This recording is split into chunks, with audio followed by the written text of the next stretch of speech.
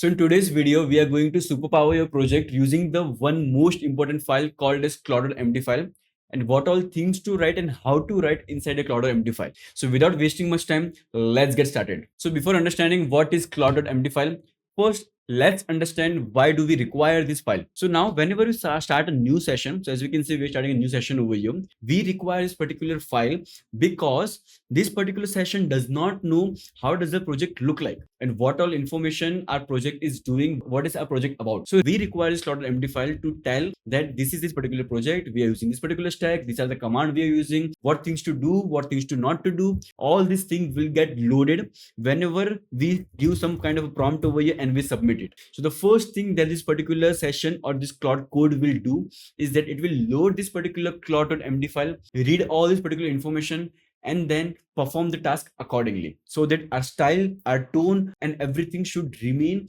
according to how our project is being constructed till now. So as I told you, our claude.md file tells the Claude that what is the tech stack and versioning, how does the project and map look like, what is the key files and pattern, dependencies in use, what tech instruction. Then we'll go to the why, what are the purpose and context, then what is this project does, who is building for, who's it builds for, what each part is for, project's goal and scope, then how the rules and workflow, a command to run, coding preference, thing to avoid, then how to verify changes. These are all the things the claude.md file tells the Claude once we hit the first prompt. After that, let's move and understand where does the claude.md file live. So there are 4 different levels, but don't worry, as a beginner, the first level and second level is the most important. The third and fourth are the little bit less important, but I'll be telling you different levels out there. The first level is a user level. It is also known as the global level. It means that this particular file lives at the root level of your computer. All the project that you are going to build using Claude will import this particular file. So the content of this file should be something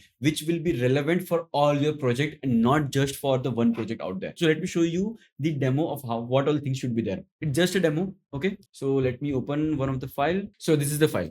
So as we can see, we are saying that who am I? Non-traditional developer building project with AI assistant coding tool.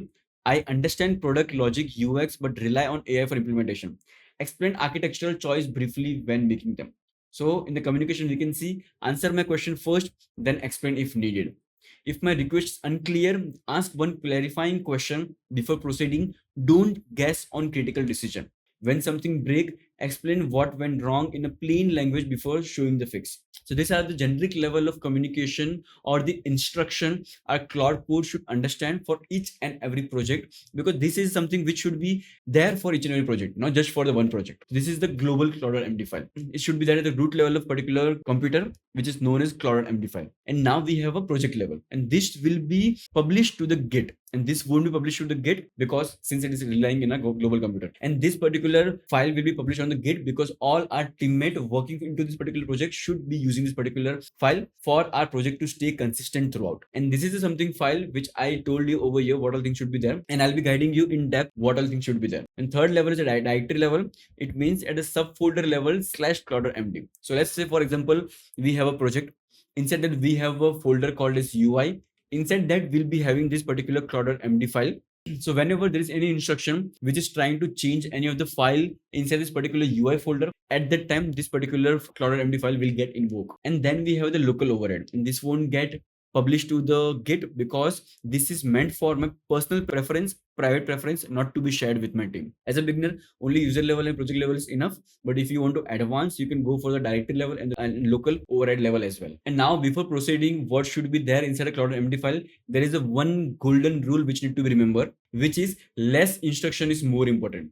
So there has been research done by the Anthropic and some researcher out there.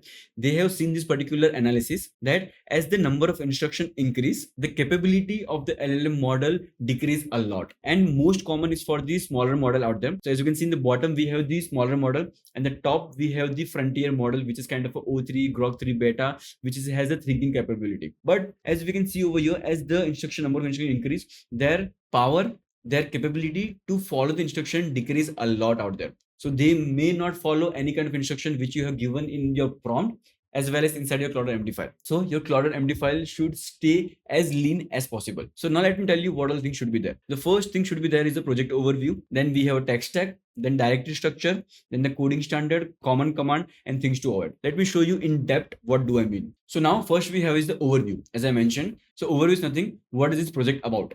It should be as concise as possible. Then we have a tech stack, what all tech stack we are using. Then we have a folder structure. Then we have the command, what to be need to be run. And also don't worry if you are thinking, how will I write all this thing? So I'll be giving you a very good hack which will help you save a lot of time. Then we have a key pattern. Key pattern is nothing but what all things should be followed and what all things should not be. So as you can see, we have written this: use this particular operation and never use this particular operation. As a beginner, I'm not going in depth because this thing will go bounce off your head. So I'll be telling you how to write this all thing without you knowing the coding knowledge. Then we have don'ts. There is a one important saying in this particular part that don'ts are more important than knowns. So try to write as many don'ts as possible because it will tell the Claude that I don't have to do this particular thing. So as you can see over here, no new package need to be installed without asking first. Then we have don't modify this particular file without asking. And then we have the reference docs. These are very important because this is known as a progressive disclosure. So as I told you earlier, our claude.md files should stay as linear as possible. Now if I go and open this particular files, these are just demo files, don't worry. So we have this design system file, we have this deployment and testing file, we have this context and mdx file. So as you can see, the number of context, the number of instructions, this all the particular file have. So now if I start to write this all thing inside this only single file, there would be too much of instruction. And as I told you earlier, as the number of instruction goes on increasing, our capability of LLM model goes on decreasing. That's the reason we have this reference docs, and all the LLM model out there has a good understanding of when to call which particular tool out there. And all our LLM model are very good at understanding which all things to use. So for example, we have this design system out there. So now in the prompt, if you write something, make changes in CSS, something like this. So now our Claude understand that this is something regarding either CSS styling or something like that. So now it will understand that I have to read this particular design underscore system file and read the context and then implement it accordingly. So it will first read the claude.md file, then it will come over your reference docs. It will understand that this prompt is speaking something regarding to this. Then it will go inside this particular file and read all the context and then perform the task. And it won't be reading all this particular file and filling up with instruction. That's the reason these referencing docs are much more important out there. So now that you know what all things will be living inside the claude.md file, now let's say you already have a project and now you want to create your claude.md file. So for that, we have a very good hack given by Anthropic. So what I'll do, I'll just delete this claude.md file first. So in front of you, let me delete this particular file. And now let me make this particular file from scratch without you writing it. So we can write slash init. So what this thing will do, it will first go analyze your whole code base over here and then start building the claude.md file according to your project. So it can, as you can see, it has analyzed the whole coding code base structure. Now it will accordingly write your claude.md file. So let's wait for it. So now as we can see, it has created the claude.md file and the structure which you wanted because it is generic for structure.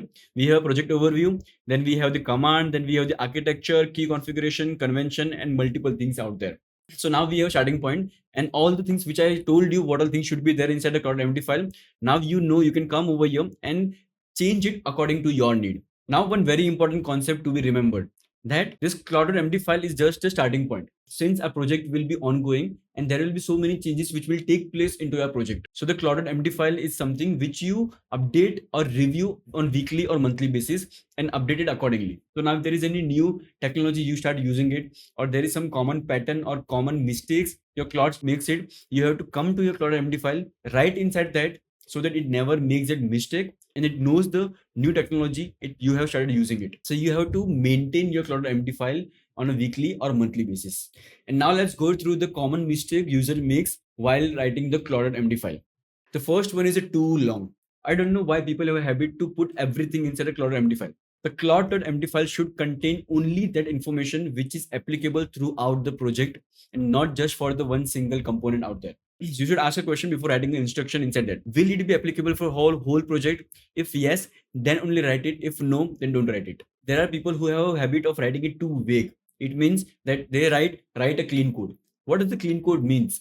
You have to go to the LLM model out there. It could be Claude or ChatGPT. Tell them to write and brief it out to a very specific sentence and then mention the particular sentence inside a claude.md file. And there is a third mistake called as a stale content. People write the code snippet with example over there, but as the technology is evolving so fast, that particular code snippet might get depreciated or out of date. So you have to come and maintain and change it accordingly. And the fourth is kind of a never updating it. So as I mentioned earlier, it is something like a process or system. You have to come review it on a weekly or monthly basis, change it accordingly. So that's it for this particular video. I hope you understand what is claude.md file, because in the next video we are going to see what are skills, what are sub agent, what are hooks, command, multiple things that will superpower your web coding process and make your coding pattern consistent throughout. So I hope you like the video. If you like the video, please press the like button. We'll meet in the next video. Till then, take care.